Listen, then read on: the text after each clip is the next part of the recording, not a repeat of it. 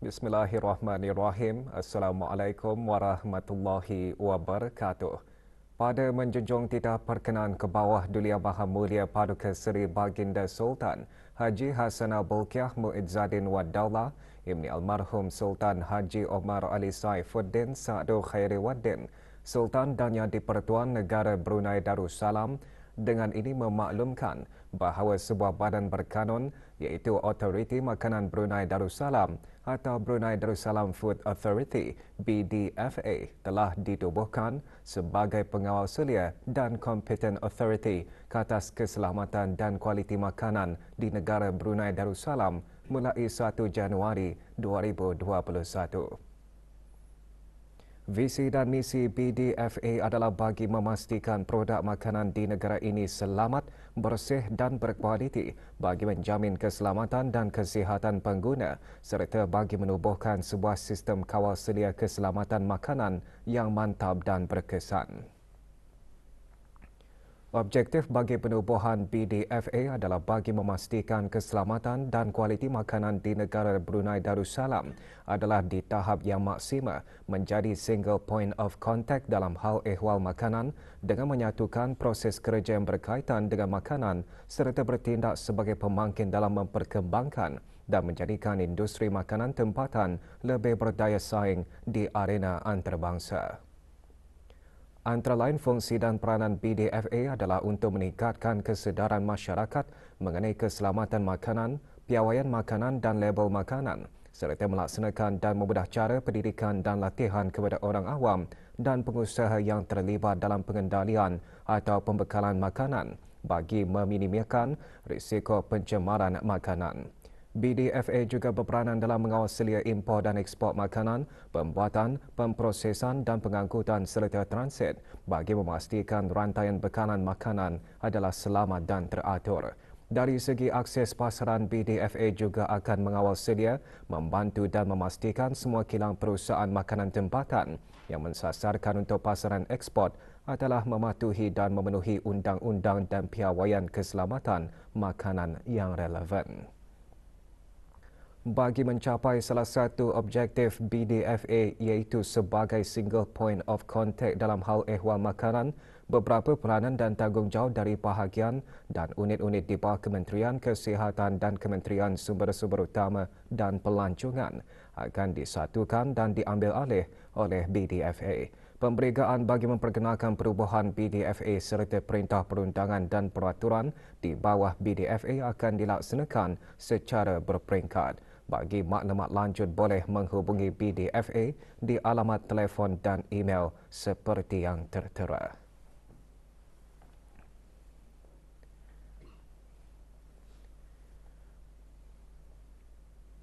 Perkembangan terkini situasi jangkitan COVID-19 di negara Brunei Darussalam. Satu kes baharu dicatatkan kemarin menjadikan jumlah keseluruhan kes jangkitan di negara ini meningkat kepada 186 kes. Dalam siaran akhbar mengenai perkembangan situasi jangkitan COVID-19 di negara Brunei Darussalam, Kementerian Kesihatan memaklumkan kes ke-186 merupakan seorang lelaki berumur 38 tahun yang tiba ke negara ini dari India pada 12 Februari 2021. Tidak ada kontak terdekat bagi kes 186 ini didapati memandangkan telah dikuarantin sebaik saja tiba ke negara ini. Manakala dua kes aktif masih dirawat di Pusat Pengasingan Kebangsaan. Kes terakhir jangkitan tempatan COVID-19 dilaporkan pada 6 Mei lalu, manakala jumlah kes import sejak kes jangkitan terakhir tempatan dilaporkan sebanyak 45 kes. 760 orang sedang menjalani pengasingan diri mandatori, manakala 13,552 orang menamatkan pengasingan diri mandatori sejak Mac 2020. Sementara itu, 741 sampel ujian virus SARS-CoV-2 telah dilaksanakan, menjadikan jumlah keseluruhan ujian makmal yang dijalankan sejak Januari 2020 100,667. Maklumat lanjut dan perkembangan terkini layari laman sesawang Kementerian Kesihatan dan talian Kesihatan 148. Bersempena sambutan Hari Ulang Tahun Kebangsaan ke-37 tahun, malam tadi telah diadakan Majlis Pelancaran Gerai Hari Kebangsaan 2021. Majlis pelancaran tersebut berlangsung di kawasan letak kereta berhadapan Muzium Alat Kebesaran Diraja, Bandar Seri Begawan.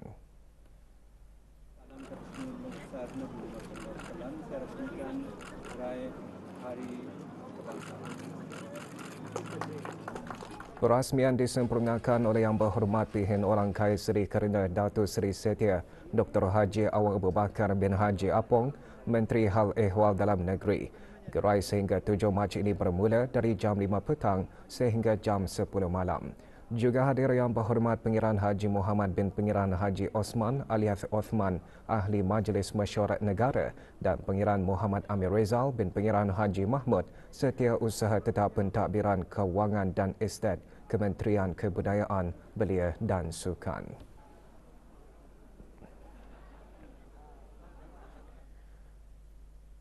Bank Islam Brunei Darussalam BIBD, institusi perbankan terbesar di negara Brunei Darussalam, sekali lagi terpilih sebagai bank paling kokoh di negara ini oleh Balance Sheet The ASEAN Banker TAB. Bagi senarai 500 teratas, Asia Pasifik oleh Balance Sheet BIBD naik 48 tangga dan kekal dalam senarai 500 teratas bagi 3 tahun berturut-turut. Kedudukan tersebut adalah berdasarkan kepada skor kad skor yang terperinci dan telus yang menilai kedudukan bank-bank komersial dari 6 bidang penyata imbangan prestasi kewangan.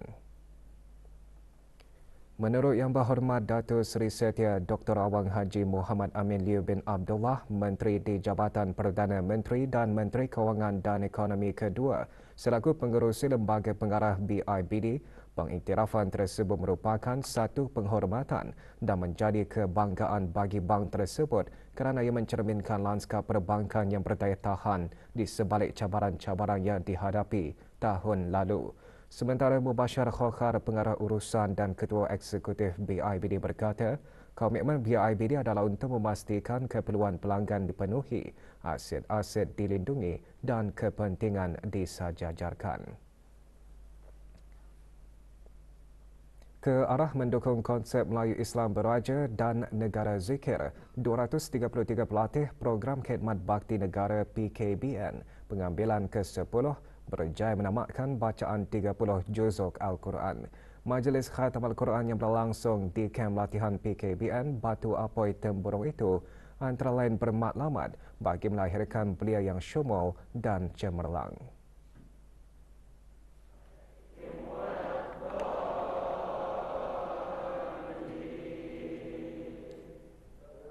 Bacaan surah Al-Fatihah dipimpin oleh Yang Berhormat Major Jeneral Bersara Datuk Paduka Seri Haji Aminuddin Ehsan bin Pihin Orang Kaya Saiful Muluk, Datuk Seri Paduka Haji Abidin, Menteri Kebudayaan Belia dan Sukan, dan diikuti dengan bacaan surah-surah Khatam Al-Quran beramai-ramai dan bacaan tahtim.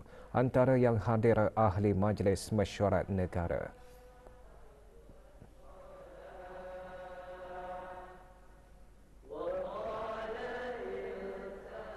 Majlis diteruskan dengan penyampaian sijil kepada para pelatih PKBN. Penyampaian sijil kepada para pelatih lelaki disempurnakan oleh Menteri Kebudayaan, Belia dan Sukan.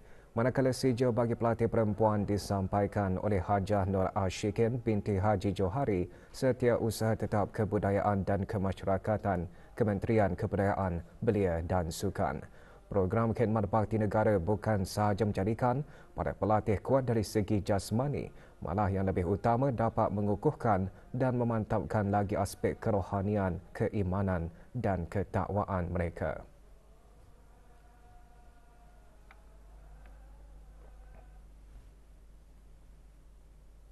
Ikuti berita lainnya selepas ini, teruskan bersama kami.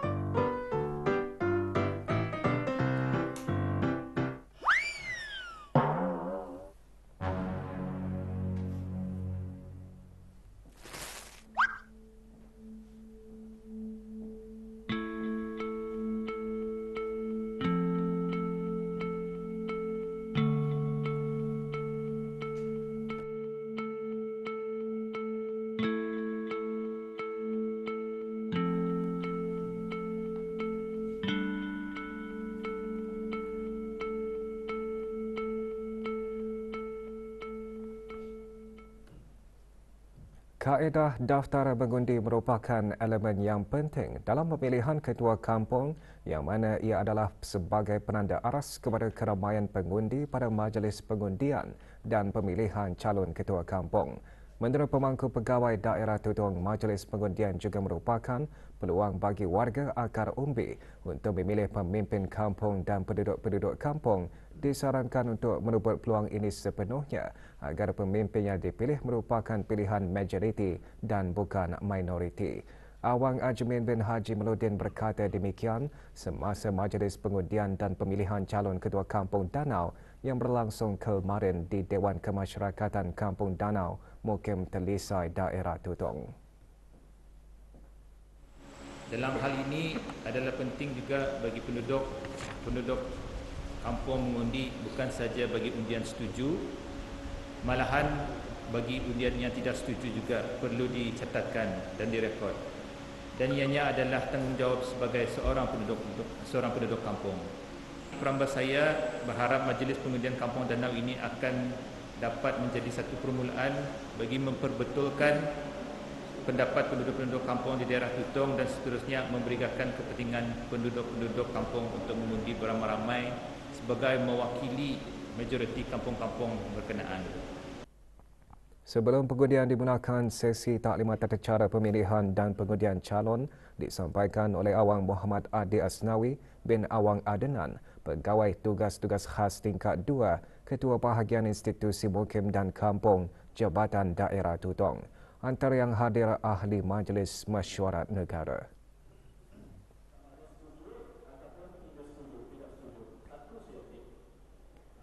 Calon tunggal Awang Haji Mahmud bin Haji Johari berusia 54 tahun dan merupakan pesara anggota Angkatan Bersenjata di Raja Brunei berpangkat Pegawai Waran 1.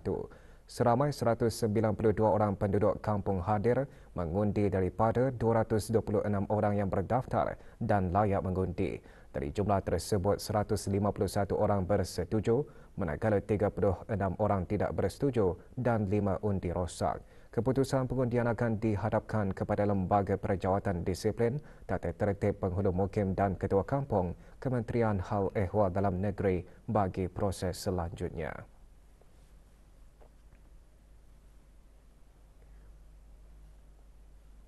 Seramai 14 kadet tentera Kolej Universiti Perguruan Agama Seri Begawan Kupu SB menerima kenaikan pangkat semasa majlis perasmian penubuhan kadet tentera bagi kadet tentera Kupu SB yang berlangsung di Dewan Tarbiyah di Kolej Universiti berkenaan. Hadir Dr. Haji Adenan bin Haji Basar, Rais Kupu SB dan Lieutenant Colonel Muhammad Suradzin bin Haji Muhammad Yusof, Pegawai Pemerintah Simpanan Melayu di Raja Brunei, Angkatan Bersenjata di Raja Brunei ABDB. Penubuhan kadet tentera tersebut antara lain bertujuan bagi memenuhi misi dan visi Kupu SB untuk melahirkan mahasiswa yang mempunyai pelbagai pengetahuan yang seimbang di antara bidang akademik dan latihan praktikal. Selain itu, dihasrat untuk melahirkan bakal-bakal guru agama dalam kalangan kadet tentera yang mempunyai ketahanan jati diri dari segi mental, fizikal dan emosi dalam melaksanakan tugas dan tanggungjawab yang diamanahkan. Fashion with Style Festive and Clothes Bundle yang diusahakan oleh anak-anak belia tempatan mengetengahkan produk fashion yang dimajukan oleh anak Brunei sendiri. Majlis pelancarannya berlangsung di Kompleks Yayasan Sultan Haji Hassanah Bolkiah. Pelancarannya disempurnakan oleh Kolonel Bersara Pengiraan Haji Maidin bin Pengiraan Haji Said, Timbalan Setiausaha Tetap Kebeliaan dan Kesukanan di Kementerian Kebudayaan Belia dan Sukan. Acara tersebut bermaklamar untuk menyatukan usahawan belia Brunei di bawah satu bumbung. Ia dibuka bagi kunjungan orang ramai sehingga 28 Februari 2021 bermula pukul 10 pagi sehingga 10 malam.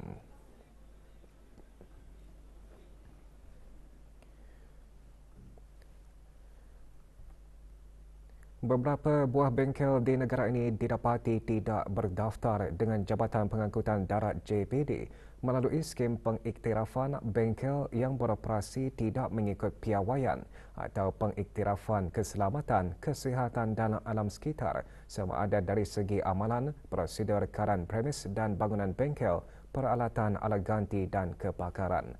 Dapatan tersebut adalah hasil daripada operasi sepadu JPD bersama agensi-agensi penguatkuasa ke atas bengkel-bengkel kenderaan yang beroperasi di negara ini. Bengkel-bengkel yang tidak berdaftar dan tidak diiktiraf boleh menyebabkan pelbagai isu keselamatan.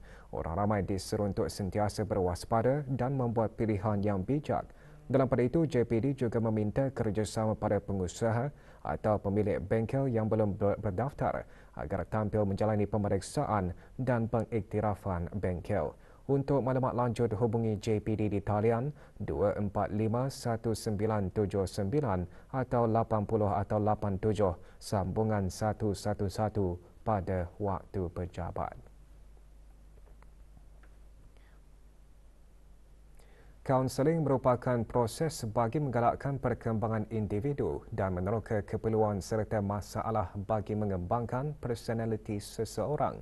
Dalam persekitaran kerja kejururawatan dan perbidanan, kaunseling merupakan kaedah yang membantu dalam proses menganalisis masalah. Perkara tersebut antara yang disentuh semasa acara Nursing Potpourri Anjuran Persatuan Jururawat Penjuru Negara Brunei Darussalam yang berlangsung di Hotel Jeruton, Jerudong.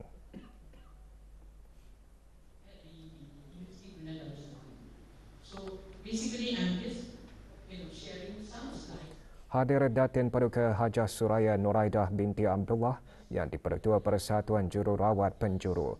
Dengan tajuk Counselling in Nursing Practice, forum disampaikan oleh Daing Hajah Salmah binti Haji Muhammad Nur, Timbalan Pengerusi Jawatankuasa Pendidikan Persatuan Jururawat Penjuru. Melalui forum ini, para peserta diharap dapat menambah pengetahuan dan memberikan peluang meningkatkan lagi perkhidmatan jururawat dan bidan kepada lebih berdaya saing dan prestasi tinggi kepada masyarakat peringkat global.